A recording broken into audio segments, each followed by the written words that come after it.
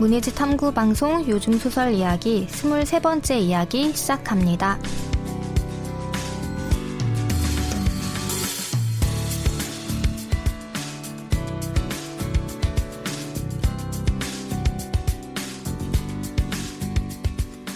안녕하세요. 저는 KBS 일라디오에서 라디오 제작하고 있는 이주영입니다. 네, 안녕하세요. 저는 해방촌에서 문학서점 고요서사 운영하고 있는 차경희입니다.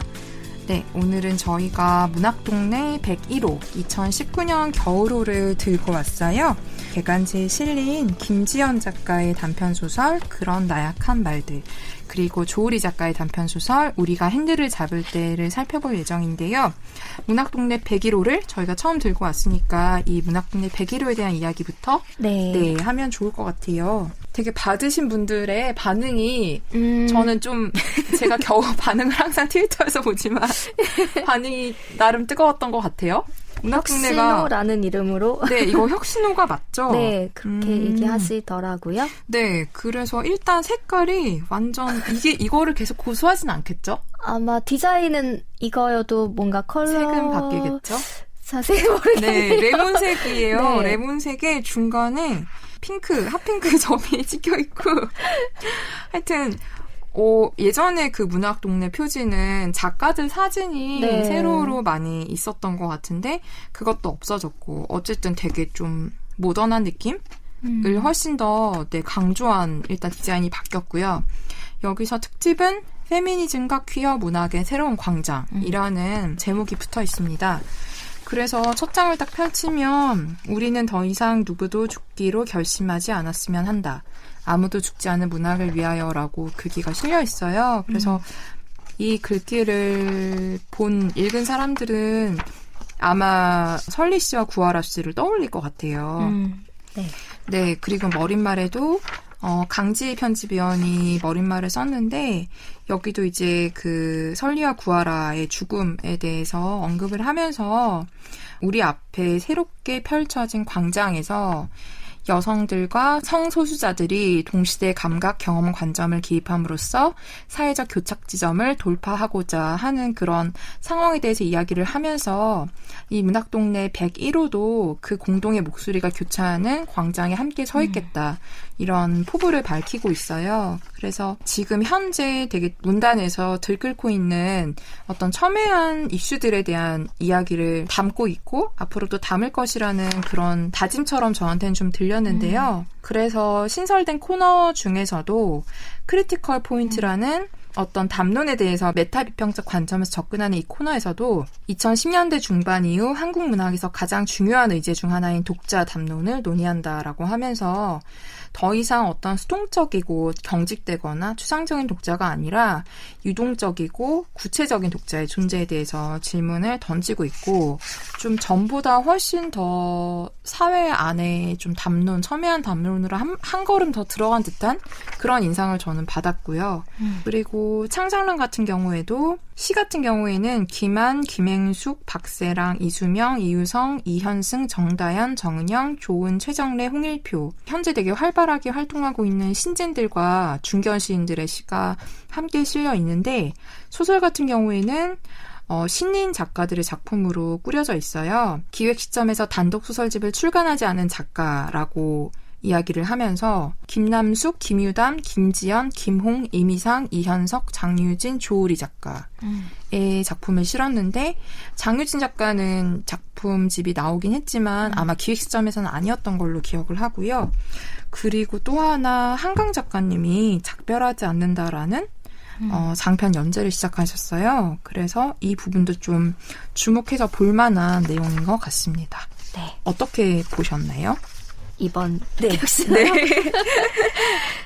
일단은 시나 소설이나 분량이 거의 뭐 어떤 엔솔로지 분량에 준하는 정도로 풍부하게 실려 있어서 재미있게 읽었고 아무래도 소설 위주로 읽게 되다 보니까 거의 그냥 정말 책 한 권 읽는 느낌으로 재미있게 읽었고 한강 작가의 새 연재 곧 책으로 나올 거예요. 일부가 실려있는 작별하지 않는다 같은 경우에는 그 전에 이제 다른 지면으로 발표됐던 작품들을 워낙 좋아했기 때문에 네. 이번 작품도 기대하는 마음으로 읽었고 네. 또 그만큼 좋기도 했고 네. 그래서 전반적으로 사실 혁신호라고 이제 불리고 있다라고는 듣긴 했는데 디자인적으로나 코너적으로나 뭐 편집위원 안에서의 변화 같은 것도 있고 네. 근데 크게 어떤 기조나 이런 것이 바뀐 느낌은 없었어요. 그 대신에 조금 더 다양한 목소리를 전하려고 하는 시도 네. 같은 게 느껴지기는 해서 그냥 여전히 믿고 안정적으로 읽을 만한 무늬지의 맥을 이어나가겠구나. 네. 디자인적으로 그 전 디자인이 기억이 하나도 안 날 정도로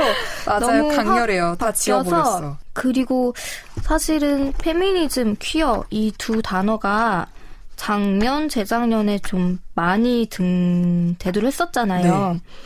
그래서 어떤 쪽에서는 이제 이거 말고 다른 거 얘기하자라고, 그러니까 꼭 그걸 반발하는 심리라거나 적대적인 의미가 아니라 조금 다른 담론도 있지 않을까라는 얘기들도 있었는데 또 뭔가 새로운 혁신호의 느낌인데 이 단어를 다시 불렀다는 것 자체도 아직 충분히 얘기하지 않았어라는 선언 같기도 해서 그런 점들은 저한테 좀 좋게 느껴졌던 것 같아요. 네, 그러면 저희가 김지연 작가 그런 나약한 말들부터 먼저 이야기를 해볼까요? 제가 줄거리를 먼저 소개를 해드리면 아마도 30대 초중반 정도일 여성이 화자로 나옵니다. 근데 내가 이제 회사를 그만두고 남쪽에 있는 고향으로 내려온 이야기를 하는데요. 소설 도입부에 이 여성이 그만둔 회사의 부장과 되게 불편하고 어색한 분위기 속에서 초밥을 먹는 이야기가 나와요. 그래서 부장이 밥을 다 먹고 난 뒤에 나에게 10만 원을 내미는데 자신의 잘못에 대한 어떤 보상 같은 건데 그게 뭐냐면 화자인 내가 퇴사를 하던 날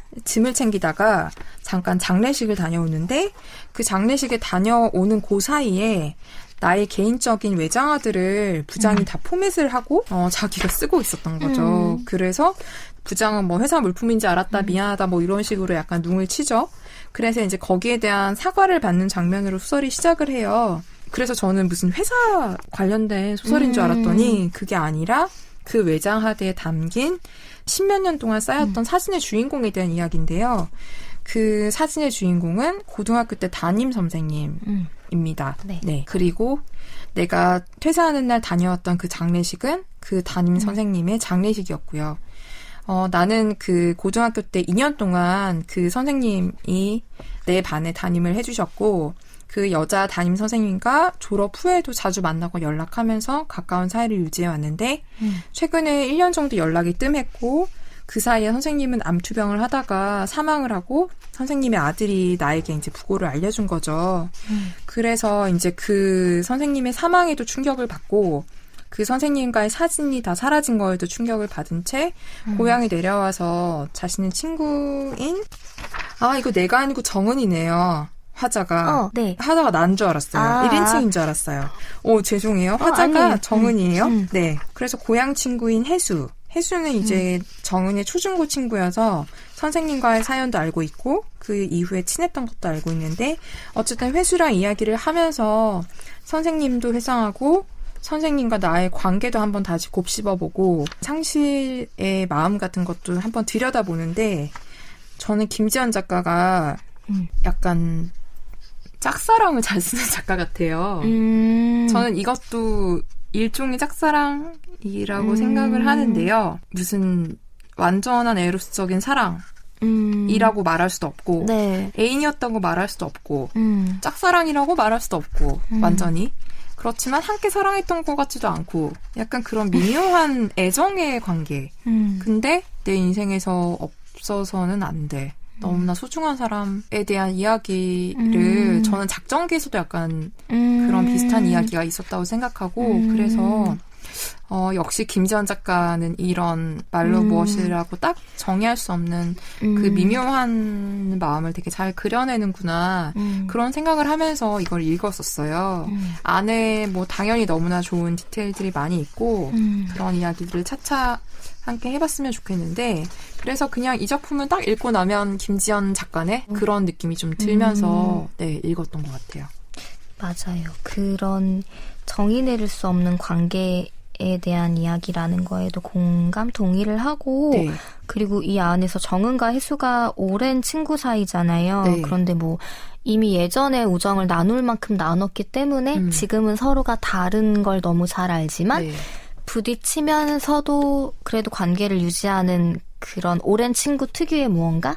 근데 그거를 뭐라고 정의 내리기 되게 힘든데 네. 그거를 서로가 주고받는 대화에서 되게 잘 드러내는 거? 네. 그런 거나 저는 사실 김주현 작가 작품은 저희가 저번 방송에도 소개를 했었잖아요. 네. 낭독으로도 전해드리기도 했었고 네. 근데 그것도 좋았는데 이 작품 그런 나약한 말들 같은 경우에는 네. 정말 사실 좀 처음에 저도 이제 부장이랑 관계가 네. 대화가 이제 드러나니까 회사 얘기인가? 근데 뭔가 부장과의 관계에서 뭔가를 느끼는 어떤 정은이라는 회사원의 이야기인가라고 생각을 했는데 네.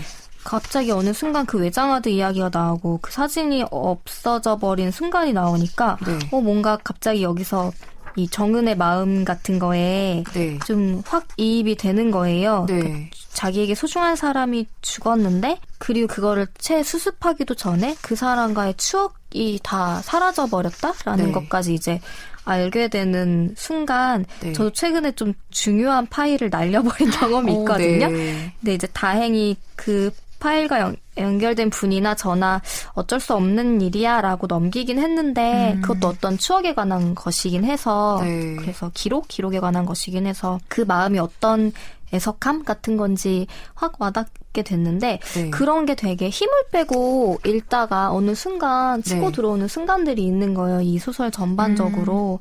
그리고 뭐 앞에 그 얘기하신 것처럼 디테일적으로 좋은 부분들이 너무 많죠. 뭐 네.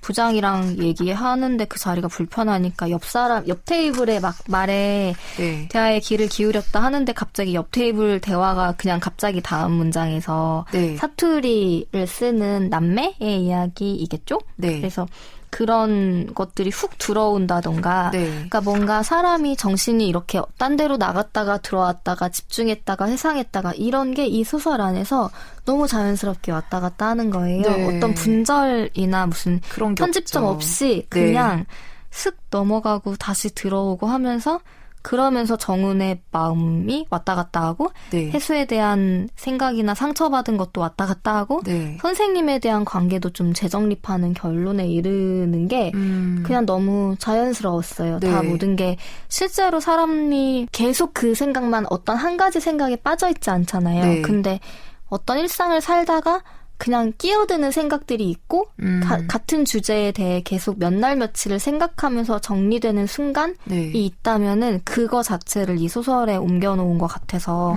그 안에서 이제 정은이 겪는 고향으로 부모님 댁으로 내려왔을 때 다시 이제 일을 시작하면서 자기에 대한 좀 신세 같은 네. 거에 대해 들여다본다던가 다시 새로운 일을 시작하는데 또 거기에서 또 선생님에 대해 돌아본다든가 네. 그런 모든 것들이 굉장히 자연스러워서 사실 정은이라는 캐릭터는 좋아하긴 힘들 것 같아요.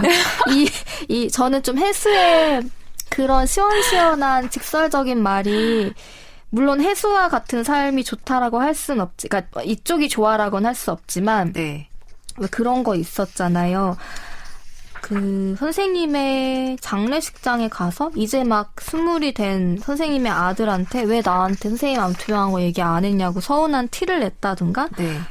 그랬더니 혜수가 너는 늘 네 슬픔이 가장 크지라고 했는데 정은이 놀라면서 안 그런 사람도 있나라고 생각할 때 너무 뜨악한 거죠. 철딱선이 없다 이런 네. 생각이 좀 들긴 들었어요. 보통은 다 안 그렇죠. 그러니까 당연히 내 슬픔이 중요하지만 그거를 드러내지 않으려고 그쵸. 하잖아요. 네. 어떤 뭐 눈치일 수도 있고 예의일 배려일 수도 있고, 네. 여러 가지 이유로 그런데 안 그런 사람도 있나라고 태연하게 이제 막 자기 생각을 털어놓으니까 되게 정은이라는 사람 너무 투명하다. 투명하니까 아마 그 선생님이 계속 받아줄 수밖에 없었겠지라는 생각이 살짝 들면서 네. 정은이란 캐릭터는 뭔가 선뜻 좋아할 수는 없는데 그 마음에 오르락 내리락 하는 것들이 이해가 너무 되더라고요. 네.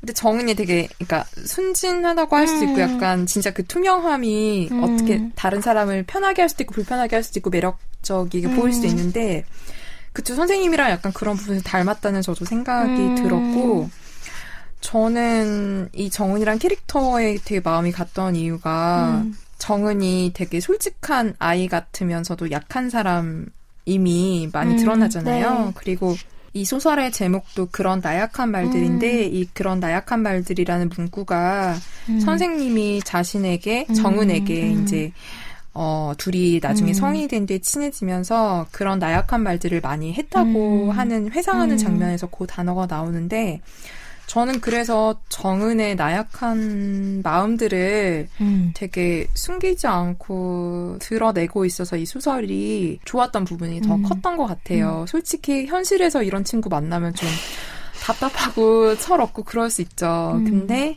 이렇게 소설에서 만나니까 되게 어른스러운 척 하지만 사실은 아이 같은 내 마음을 약간 들킨 느낌도 살짝 들어서 많이 공감이 되는 부분이 있었고요. 정은의 그런 선생님에 대한 마음을 이제 정은이 회상을 하면서 저는 이제 독자로서 거리를 두고 이제 그 이 두 사람의 관계나 정은이 선생님에 대해서 품었던 마음 같은 것을 들여다보게 되는데 그래서 저는 약간 남의 연애 같은 걸 좀 들여다보는 기분도 살짝 들었어요. 그래서 계속 이거 정은이 선생님에 대해서 품은 마음이 뭐지? 사랑인가? 사랑 아닌가? 계속 그런 생각을 하면서 막 보다가 정은이 정말 선생님을 사랑했구나 약간 이런 느낌이 저는 막 왜 그렇게 둘이 연인으로 묻고 싶었는지 모르겠지만 그런 지점들을 막 좋아하면서 읽었었어요.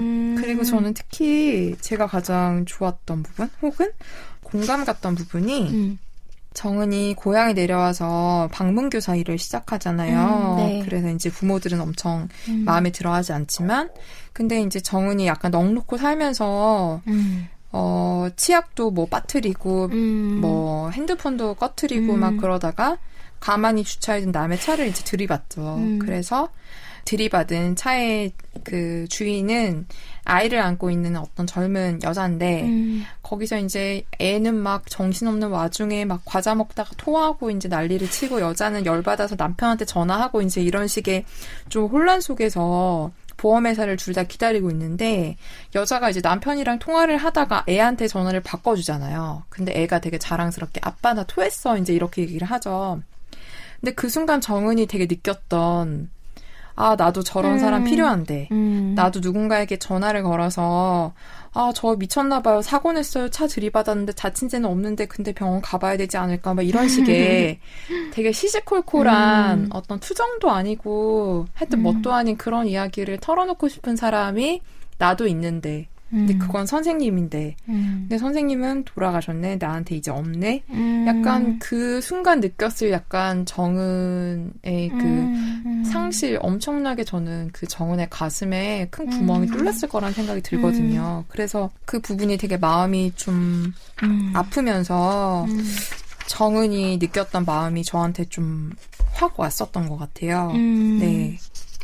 약간 정은이 나약한 상태로 있어도 괜찮게 만들어준 게 선생님이었던 것 같아요. 네. 그래서 아이가 아빠한테 전화해서 아빠 나 토했어라고 무슨 자랑하듯이 말했을 때 네. 그런 게 각인되고 그리고 그 순간 선생님이 생각나는 것도 네. 나도 계속 하염없이 투정할 수 있고 하고 싶은데 그러면서도 선생님도 나한테 나약한 말을 했는데 그러니까 동질감 플러스 나의 그런 나약함을 받아주는 대상? 네. 근데 이 혜수라는 친구는 매정할 정도로 하나도 받아주지 네. 않잖아요. 고향에 네. 왜 내려왔냐, 직장은 네. 왜 그만뒀냐, 미쳤냐, 그럴 거면 결혼이라도 빨리 해라. 그러니까 되게 현실적인 말들을 쏟아내음으로써 정은을 좀 덜 큰 아이처럼 네.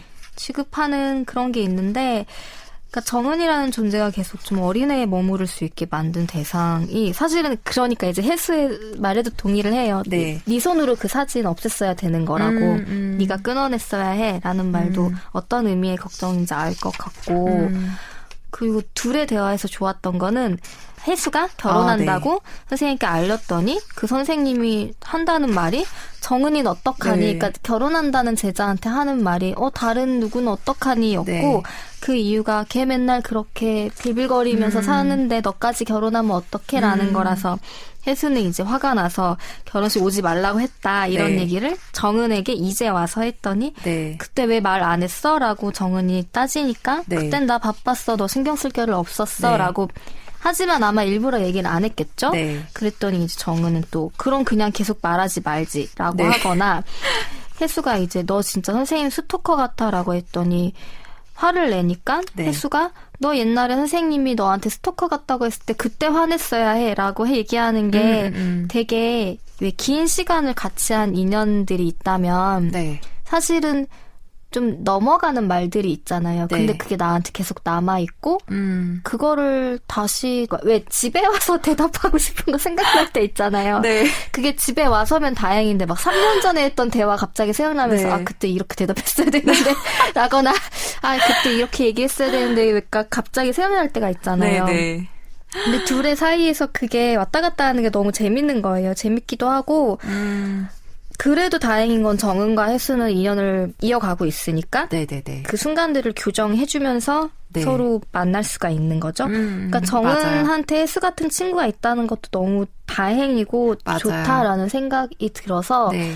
이 소설 자체가 막 무거운 내용은 아니지만 그렇다고 어쨌든 소중한 선생님을 잃어버린 후의 정은의 이야기라고 치면은 네. 그래도 정은이라는 사람을 좀 지탱해주는 다른 존재들 물론 부모와의 관계나 이런 건 너무 영영 힘들긴 하겠지만 네. 어떤 사람이 좀 복닥거리면서 사는 느낌이 들어서 그런 점에서 이 소설이 따뜻하다고까지는 뭐 할 수 없겠지만 좀 사람 사는 온도 같은 거 느껴지는 거 네. 그런 게 좀 소설의 장점 매력이라는 또 생각도 들더라고요. 그러니까 둘이 대화하는 게 되게 생생하고 인위적이지 않은 느낌이 네. 드는데 이렇게 쓰기 너무 힘들 것 같아요. 맞아요. 그래서 정말 쉽지 않을 것 네, 같아요. 뭔가 호흡하듯이 이런 대화들을 넣는 거 되게 감탄하면서 읽었어요. 그리고 뭔가 정말 그 분위기나 대화 네. 전환 이런 게 확확 바뀌는 게 네. 너무 소설적으로 읽으면서 재미있더라고요. 여러 가지 내 생각, 다른 생각, 나 이것과 연결된 네. 나의 경험 같은 거 그런 것도 생각하게 되고 혜수가 왜 어디 카페 갔는데 생딸기 주스 마실 때 네. 근데 너 딸기 안 좋아하지 않았어? 라고 했더니 내가 꼭 그렇다고 싫어했던 건 꼭 나중에 좋아하게 된다. 뭐 그런 대화를 둘이 주고받는 거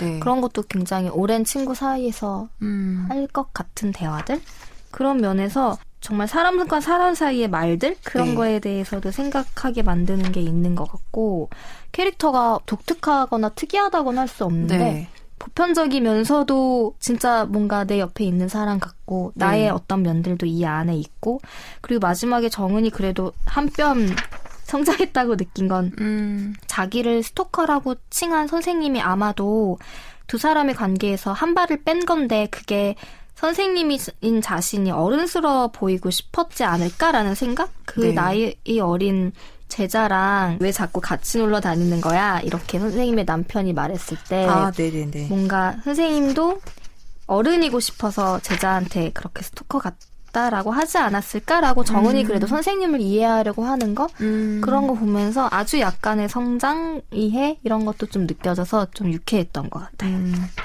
그러니까 이게 한없이 슬프면 되게 슬플 수 있는 이야기인데 톤을 되게 잘 잡았다는 느낌이 들고요.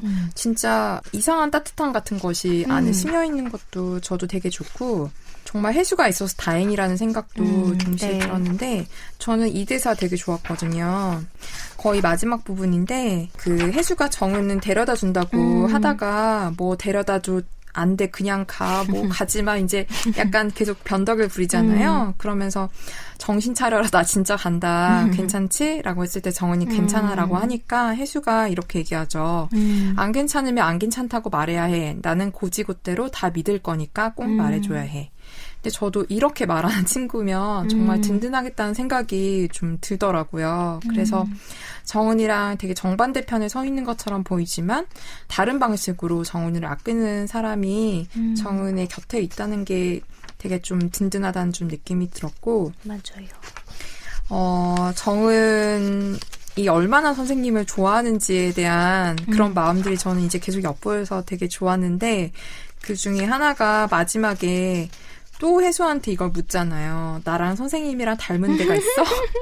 그러니까 우리가 보통 어떤 사람과 사랑에 빠지면 맨날 친구한테 그 얘기를 물어보고 싶어 하잖아요. 우리 둘이 어때? 우리 둘이 닮았어?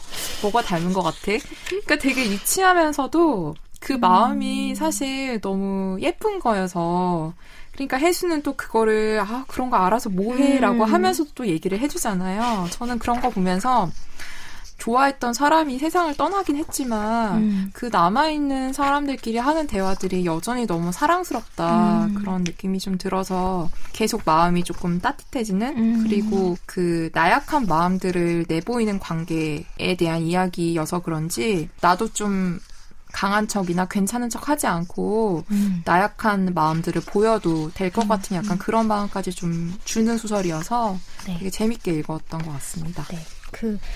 계속 혜수한테 네가 날 뭘 알아? 라고 했을 때 혜수가 모르지라고 대답을 한다거나 네. 마지막 부분 거의 가서 안녕하고 이제 서로 헤어지면서 네. 혜수가 나를 안다, 혜수는 나를 모른다 이렇게 문장이 나오잖아요. 네. 그러니까 그것도 선생님에 대해서도 이제 선생님이 돌아가시고 난 다음에 선생님과 나의 관계를 되돌아보고 선생님이 혹시 내가 부담스러웠을까라는 새삼스러운 생각을 해보면서 네. 굉장히 오랫동안 친밀했던 사람도 영영 모를 부분도 있다라는 거? 그런 것도 정은이 좀 느끼게 되는 거? 처음에는 혜수가 너에 대해 내가 잘 알지라고 해주길 바랬는데 네. 그냥 혜수가 나를 알기도 하고 나를 모르기도 한다. 두 가지를 같이 이해하는 것들도 좋더라고요. 그래서 이게 읽다 보니까 무슨 성장기는 아닌데 네. 약간 어떤 사건을 겪고 자기와 가까운 사람들과의 인연을 다시 돌이켜보고 네. 물론 정은은 이제 직장도 그만뒀고 환경도 바꾸면서 큰 변화 안에 있는 거긴 한데 네. 자연스러운 일상들 속에서 뭔가를 느끼고 생각하고 이해하게 되는 것들 그리고 이제 끝에는 그걸로 끝나잖아요. 네. 방문교사 일을 그만둬야 할지도 모른다고 생각을 했다. 하지만 그만둘 수 없었고 선생님을 생각하는 일도 마찬가지라고. 그러니까 혜수는 이제 그만 생각하고 그만 놓아주라는 식으로 얘기를 하는데 근데 그것도 안 될 것 같아 라는 식으로 생각하는 것도 그냥 너무 정은답다라는 생각이 좀 들었어요. 그래서 정말 어딘가에 이런 사람이 있을 것 같은 그런 생각이 들어서 처음부터 끝까지가 되게 합당하게 읽히는 그런 좀 매력이 있더라고요. 네, 좋았습니다. 네. 그래서 제가 김지연 작가를 참 좋아하기도 하지만 혹시 이 작품 읽고 관심이 생기셨다면 저희가 8회 정도였나? 김지연 작가 작품 낭독한 그 회도 한번 들어보셔도 좋을 것 같고 저는 작전기를 참 좋아해서 작전기도 한번 찾아서 읽어보셨으면 좋겠습니다. 네. 이렇게 김지연 작가 단편소설 그런 나약한 말들에 대해 이야기 나눠봤습니다. 지금 여러분께서는 문예지 탐구방송 요즘 소설 이야기와 함께하고 계십니다.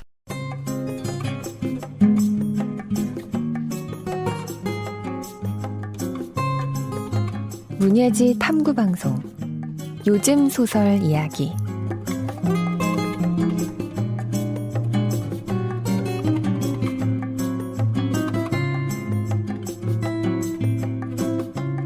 이번에 저희가 만나볼 작품은 조우리 작가의 우리가 핸들을 잡을 때라는 작품이에요. 경희님이 먼저 소개를 해주시겠죠. 네.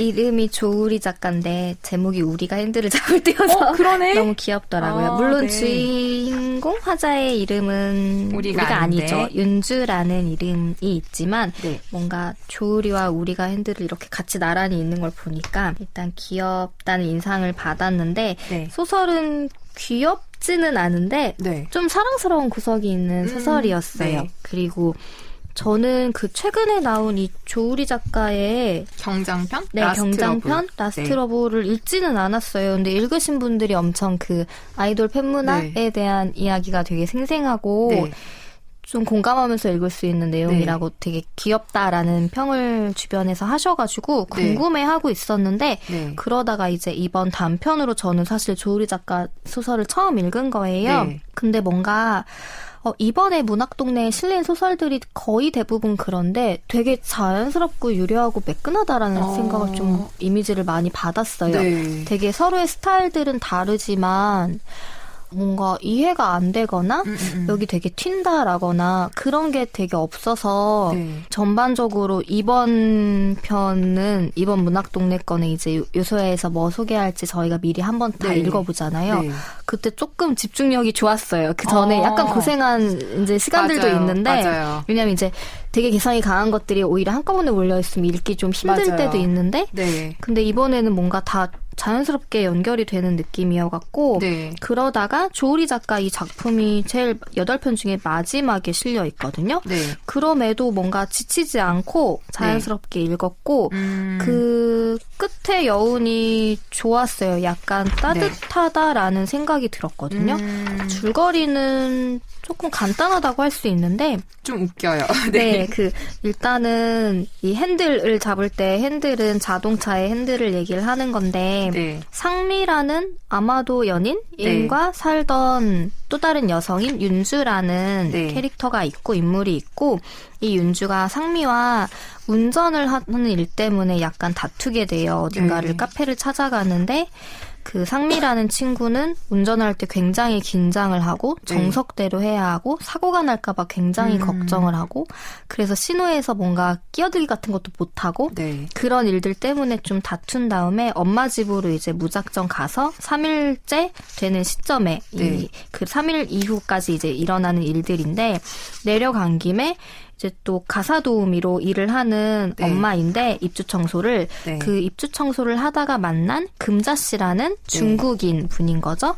약간 중국 동포 네. 있죠? 네. 그분을 이제 오피스텔 청소를 하면서 엄마의 보조로 이제 엄마랑 둘이 친하다는 걸 알게 됐고 되게 재밌게도 이 셋이 그래서 네. 운전 연수를 받게 되는 거예요. 네. 그래서 왜 각자가 이제 운전을 하고 싶은지 그런 이야기들이 나오고 네. 이제 엄마와 엄마의 친구와 그리고 딸 이렇게 셋이 운전 연수를 하러 가는 이야기가 나오는데 네. 저는 면허만 따고 운전 연수를 받아본 적은 없어서 이렇게 네. 서울 근교 같은 곳으로 가는지는 몰랐어요. 네, 그래서 네.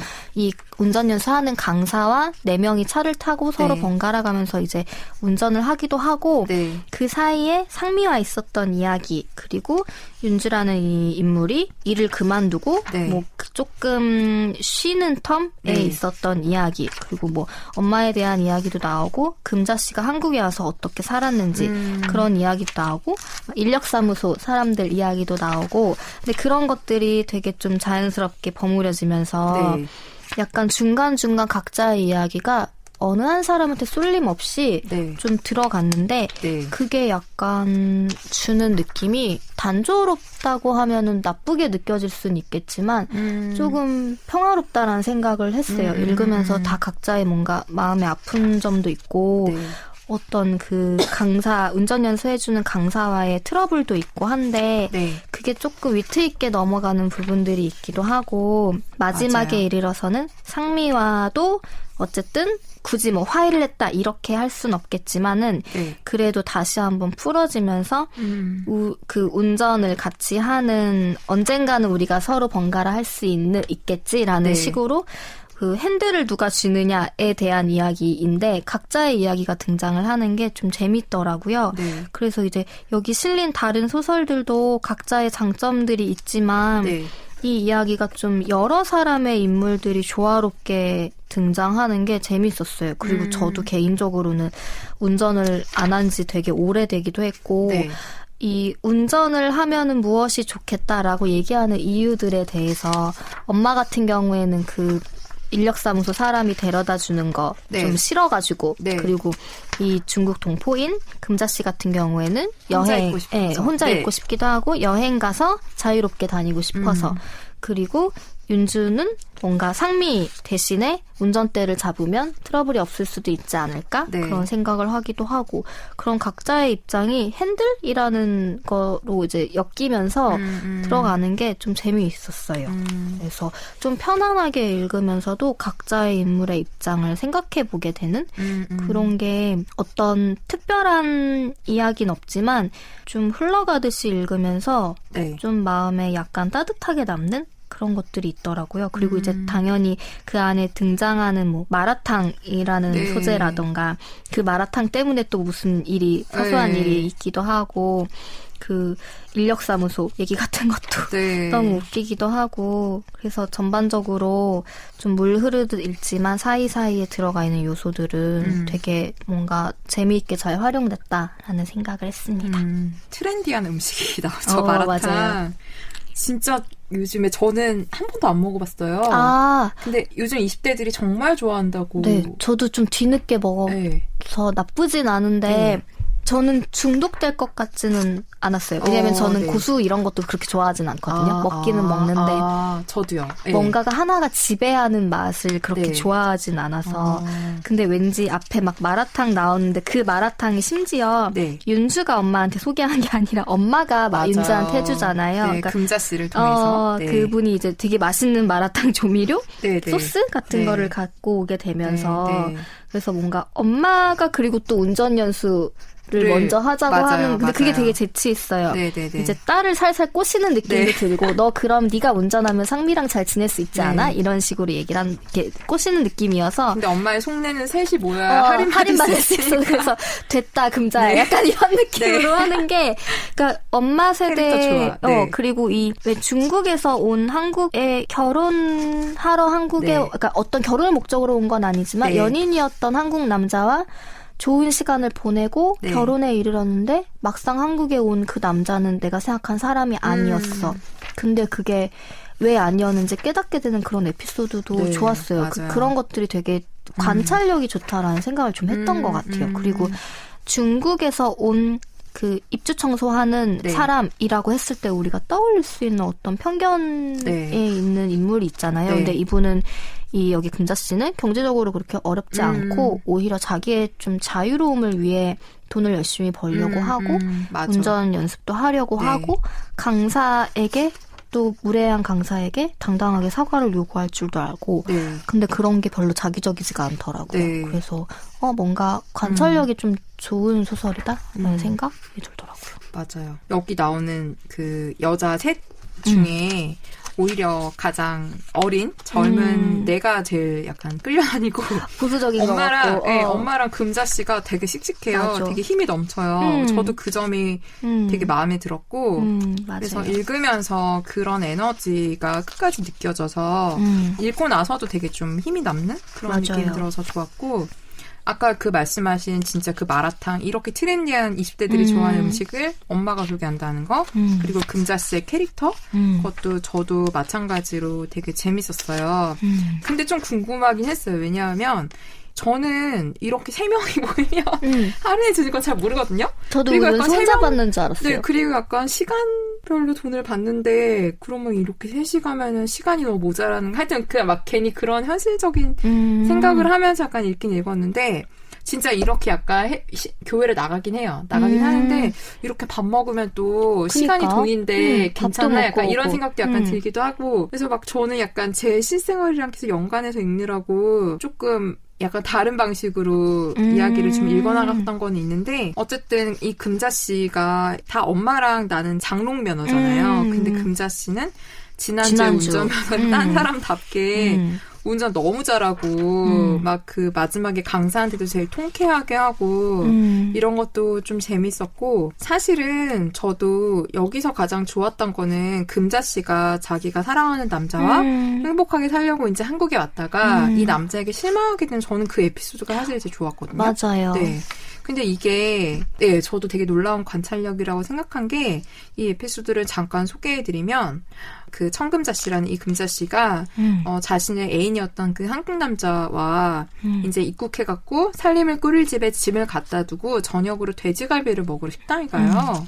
근데 이 남자가 소주 2병이나 혼자 마시고 뭐 내가 널 행복하게 해줄게 나만 믿어 막 이러면서 되게 저렇게 하다가 마지막에 밥을 다 먹고 나왔을 때 커피 한 잔을 마시고 가자고 남자가 말을 하죠. 근데 이제 보통 우리나라 고깃집에는 이제 다 먹고 나면 믹스 커피 자판기가 있잖아요. 그래서 어떤 식당에는 진짜 100원을 넣고 뽑기도 하고 어떤 식당은 공짜라고 돼 있기도 한데 어쨌든 이 식당에는 밀크 커피 100원, 이제 블랙 커피 100원이라고 돼 있었던 거죠.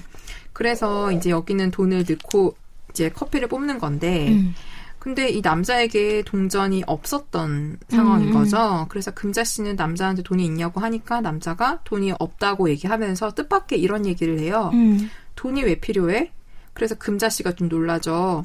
내가 한글을 잘못 읽었나? 여기 밀크커피 100원이라고 돼 있는데? 라고 이해할 생각을 하니까 남자가 이렇게 얘기를 해요. 이거 손님들 먹으라고 둔 거야. 공짜야 공짜. 내가 여기서 고깃값 술값을 얼마나 많이 냈는데 라고 하면서 굳이 카운터에 있는 점원한테 가서 200원을 받아내죠. 그래서 저는 이 남자의 행동 때문에 이제 금자 씨가 이건 뭔가 잘못됐다라고 느끼는 그 순간에 대해서 이야기를 하는데 저도 약간 이 풍경을 보면서 금자 씨가 어떤 부분에서 되게 어긋남을 느꼈을지가 되게 확 와닿았어요. 그래서 이런 장면을 되게 집어넣는 이런 감각 같은 게 되게 좋다라는 생각이 좀 들었었어요. 맞아요. 사실 이거 별거 아닌, 한국에서는 별거 네. 아닌 일일 수도 있는데, 네. 당연히 뭐 어디는 그거 기계 문제로 일부러 100원 받을 수밖에 없게 돼 있어 네, 라고 네. 얘기한 사람 얘기도 들었거든요. 그러니까 정말 공짜라고. 공짜란 식으로. 네. 근데 뭐 그게 제공할 수 없는 이유로 어쩌고 저쩌고 뭐 이런 핑계였던 것 같은데, 그게 사실이든 아니든 간에 어쨌든 금자 씨는 좀 다른 입장으로 이걸 보는 거잖아요. 네네네. 근데 그리고 그 사람이 그 커피를 그냥 공짜로 먹는 심보가 문제였던 게 아니라 네. 뭔가 잘못됐다라고 느낀 감각 같은 거? 네네네. 근데 그게 어떤 예고 같은 거였잖아요. 네네네. 2년 동안의 결혼 생활에 대해 자세히 얘기하진 않지만 네. 그게 단적으로 그 남자가 어떤 남자인지를 보여주는 그런 거? 그리고 이거 돈 내고 먹은 바보 같은 짓이야 라고 하는 것 자체도 네. 어쨌든 금자 씨한테는 그런 게 상처일 수도 있고 근데 이 되게 짧은 에피소드로 드러내주는 것들 네. 그런 것들이 좋았어서 그리고 저희가 지금 대화하면서 내가 근데 이게 왜 좀 좋게 남은 이유가 뭘까 했을 네. 때 정말 펄펄한 두 네. 나보다 나이가 많은 사람들이 나한테 주는 에너지? 그러니까 시 방송할 때도 그렇고 네. 노인 그 서장원 작가 소설도 네. 그렇고 노인 혹은 중장년층에 대한 이야기들이 소설에서 다뤄질 때 네. 조금 요즘에는 이제 젊은 작가들의 소설들을 저희가 주로 소개했으니까 네. 다루기 어려운 세계라고 저도 모르게 생각한 게 있고 실제로 다루기 어렵거나 네. 단편적이거나 좀 평면적으로 노인이나 중장년이 다뤄진다고 생각을 할 때가 좀 있는데 네. 최근에 이제 저희가 방송에서 다루는 이야기들에서는 네. 약간 좀 색다른 느낌이 드는 거예요. 막 너무 뭔가 억척스러운 그런 것도 아니고 엄마가 네. 그 금자 씨 같은 경우에도 뭔가 기품이 있는 것 같고 맞아요. 그러면서도 생활력도 있고 네. 그리고 너무 귀여운 게 둘이 강사가 무례한 일을 해서 네. 사과를 받고 운전 연수 학원에서 이제 막 환불해주겠다는 얘기도 네. 듣는데 네. 그냥 연수비 제외하고 세탁비 제외하고 자기들이 네. 내야 되는 거는 딱 제외하고 나머지 부분만 뭔가 받는다든가 네. 그럼에도 또 다른 강사로 할인받아서 또 연수를 신청하려고 한다든가 그러니까. 네. 그리고 왜 또 여기서 해 다른 데에서 하질 했더니 여기가 제일 싸라고 얘기하는 게 좀 건강한 것 같은 거예요 오히려 그쵸. 너무 쿨해요. 너무 뭔가 부러워요. 막 솔직히 네. 아득바득 이 말도 안 되는 강사 관리 이렇게 하는데 막 소문내겠어 혹은 막 그러니까. 망해라 이럴 수도 네. 있는데 그리고 막 괜히 껄끄럽고 그 강사가 잘못했는데도 다시 그 학원 가려면 좀 민망하고 이런 것도 있을 텐데 너무 그냥 개의치 않아. 쿨하게 네. 그런 태도는 오히려 네. 좀 요즘에 말하는 뭔가 올바른 태도와 전혀 다른 결인 것 같으면서도 네. 이런 게 되게 오히려 건강할 수도 있겠다. 그러니까 딱 누가 나한테 잘못했을 때 네. 그만큼의 무언가를 내가 사과를 받으면 되는 거지 그걸 통해 너무 막 단죄하려고 한다거나 어떤 거대한 것으로 만들지 않으려는 거 그러니까 뭔가 산뜻하다라는 생각을 했어요. 이 엄마와 금자 씨 네. 커플이 되게 산뜻한 사람들이라는 생각이 들어가지고 제가 좀 이 소설에 좀 마음이 들었다는 생각이 지금 얘기하면서 드네요. 그러니까 이 강사라는 사람도 사실은 복합적인 인물인 게 네. 어떤 그 금자 씨가 화장실에서 좀 오래 있다가 나오기 전까지는 되게 젠틀하다는 생각을 했거든요.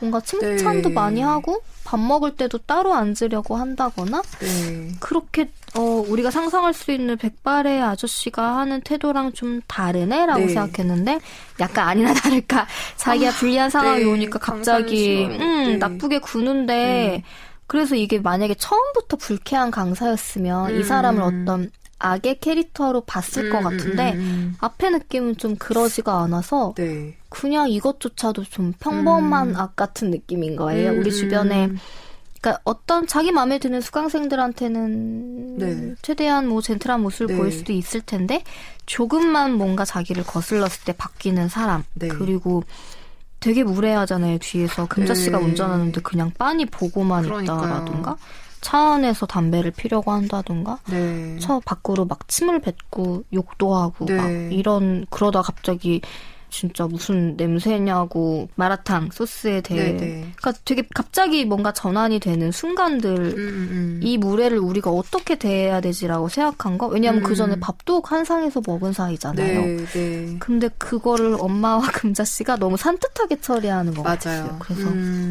그런 게 저한테 뭔가 나의 무거움을 좀 가볍게 만드는 느낌이었어요. 이 윤주라는 인물이 상미와의 그 불화를 이렇게 뭔가 해결하려고 하는 것도 네. 사실 이거 본질적으로 들어가면 상미라는 사람의 불안증에 대해서도 막 비판할 수 있을 텐데 맞아요. 비난할 수 있을 텐데 그럼 그냥 내가 운전을 배우면 해결될 수 있을 것 같아. 라는 좀 엄마의 물론 꼬임도 있지만 문제를 단순하게 만드는 시선 같은 태도? 그런 거? 시선이나 태도? 그런 게 저한테 좀 좋더라고요. 그러니까 얘기하다 보니까 무거운 것들을 좀 산뜻하게 만들어버리는 거? 그런 소설이어서 기분이 좀 읽고 나니까 유쾌했던 것 같은 생각이 드네요. 그러네요. 약간 상미가 엄청나게 경직돼 있는데 운전할 때 여러 번 확인하고 근데 이렇게 말하는 부분이 저도 좋았는데 하지만 상미야 아무리 조심해도 사고는 일어날 수 있다고 맞아요. 네가 말했잖아. 결국 우리는 영원히 아무것도 완전히 조심하지는 못하면서 살 텐데 계속 조심하려고 노력만 하면서 살 텐데 혼자서만 애쓰면 그건 너무 어려운 일이잖아. 그러면 우리가 할 수 있는 건 번갈아 핸들을 잡는 게 아닐까라는 얘기가 그러네요. 약간 드는 생각이 우리가 어떤 위험이 너무 많잖아요. 요즘 세상에. 네네네. 근데 그걸 방지하려고 너무 노력하잖아요. 네. 근데 어느 순간 예를 들어 제가 작년에 한번 취해서 집에 왔는데 네. 그냥 집에 오는 순간 택시에서부터 제가 약간 멀쩡히 집에 왔다가 네. 자고 일어났는데 문을 어떻게 잠그고 왔는지가 기억이 안 나는 네, 거예요. 네, 순간적으로. 네. 그래서 갑자기 불안한 거예요. 문을 네. 내가 혹시 안 네. 잠그고 잔 적도 있거든요. 네. 그래서 근데 그건 맨정신에 네. 그냥 습관적으로 네.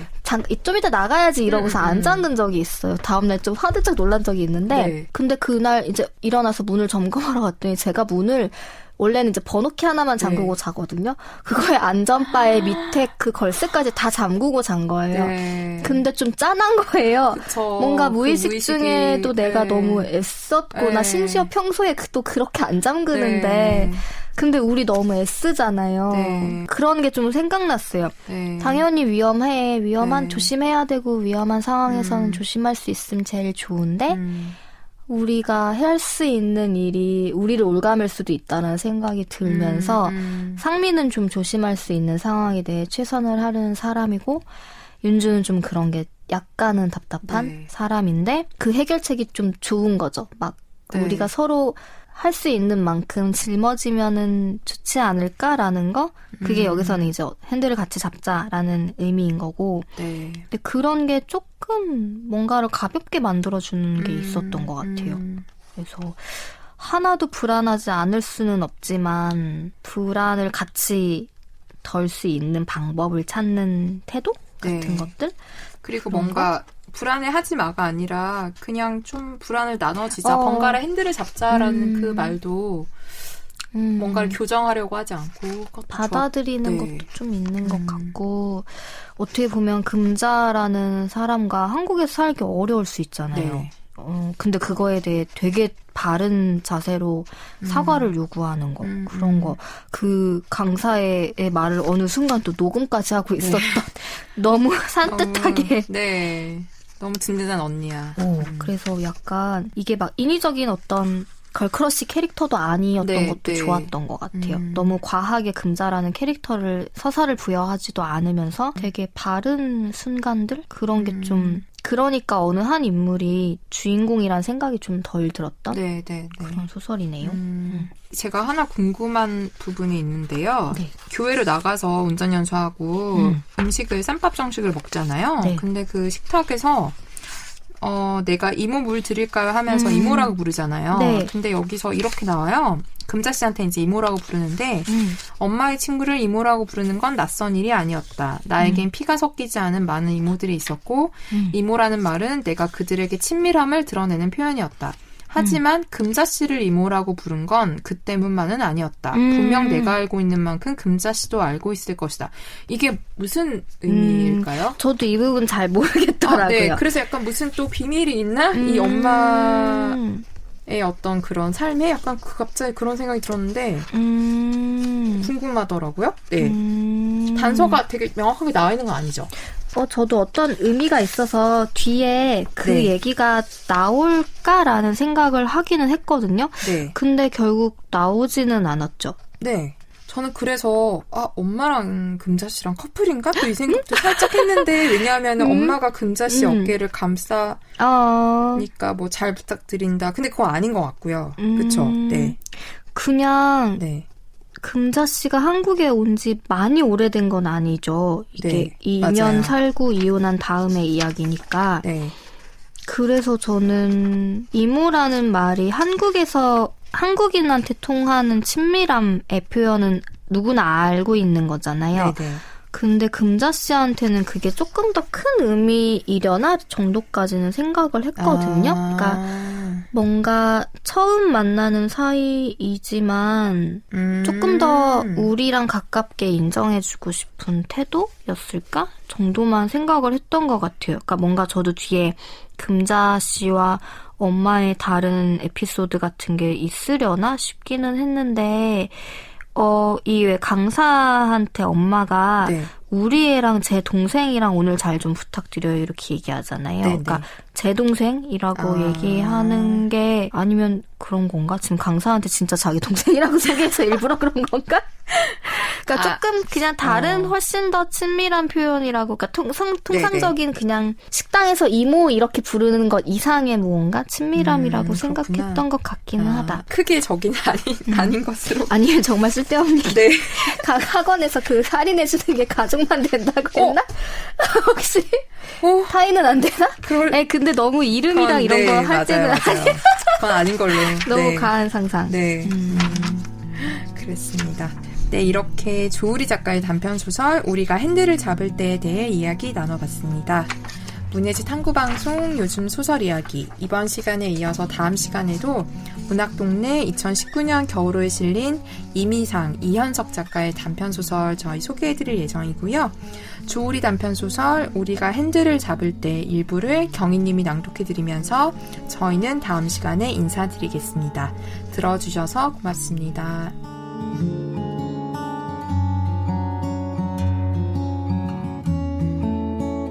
우리는 이대로 끝일 수도 있고 당장 내일 화해할 수도 있다. 아무렇지 않게 내비게이션에 목적지를 입력할 수도 있다. 다만 이제 더 이상 상미가 운전하는 차에 타고만 있을 수는 없다는 생각. 그 생각이 내 마음 깊은 곳에서 꺼지지 않는 작은 촛불처럼 일렁였다. 나는 상미에게 운전학원에 등록했다고 문자 메시지를 보냈다. 답장은 한참 뒤에 도착했다. 조심해. 하지만 상미야, 아무리 조심해도 사고는 일어날 수 있다고 네가 말했잖아. 결국 우리는 영원히 아무것도 완전히 조심하지는 못하면서 살 텐데. 계속 조심하려고 노력만 하면서 살 텐데. 혼자서만 애쓰면 그건 너무 어려운 일이잖아. 어렵고 힘든 일이잖아. 그러면 우리가 할 수 있는 건 번갈아 핸들을 잡는 게 아닐까?